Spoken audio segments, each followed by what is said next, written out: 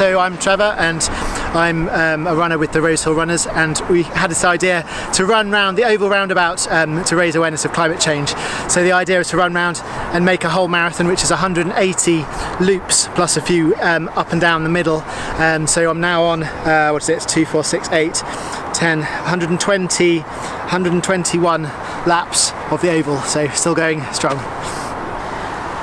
Hi, so I'm Eleanor, and I'm from rosehillandiffleylowcarbon group. And I'm Paul, I'm also part of the low carbon group.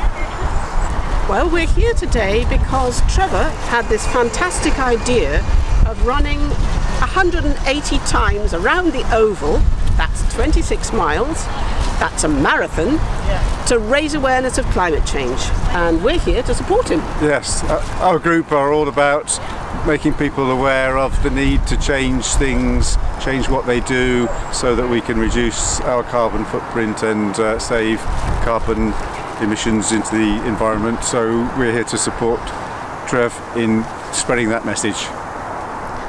Do you think something like this is successful? Have you had many people walk past and ask about it?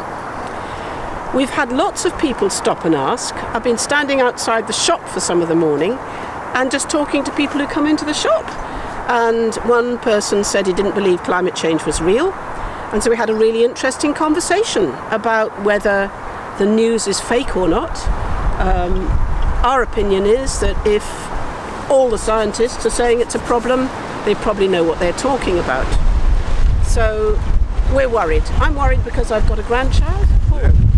Yes, I'm concerned for not so much myself, but for the next generation, for my grandchildren. I want them to have a world that is habitable, where there's enough.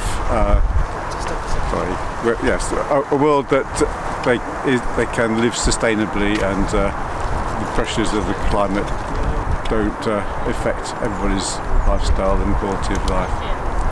Yeah, I think it's pretty clear that as the century progresses, things will get a lot worse, as some parts of the world are uninhabitable because of either drought or floods. People will have to leave their homes, and there'll be huge millions and millions of refugees, and then there'll be wars. We only have one planet, and we are already living beyond our means, so we have to change our behaviour. There's been a lot of children and young people recently marching to raise awareness for climate change. Do you support what they're doing?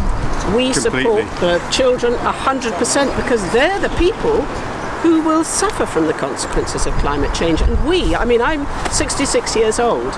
I've been leading a very careless life for the last 66 years. I've had a car, I've flown in aeroplanes, I've used too much of the Earth's resources.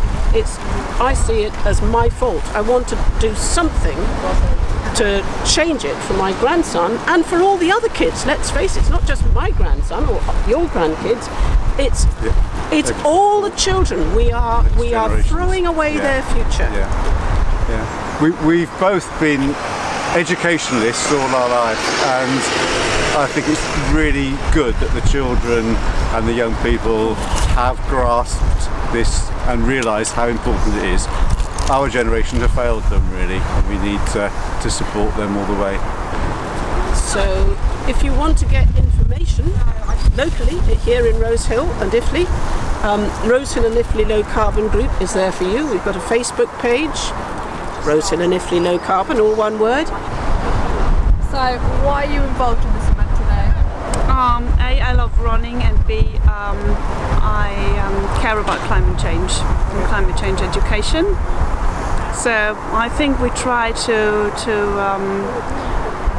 put out a sign to people that this is a topic they should actually care about. Yeah, basically that's it. Because it's concerning us all. Eventually it will, the consequences of climate change will concern us all, most of all our kids. So basically I'm running for my children and for the future.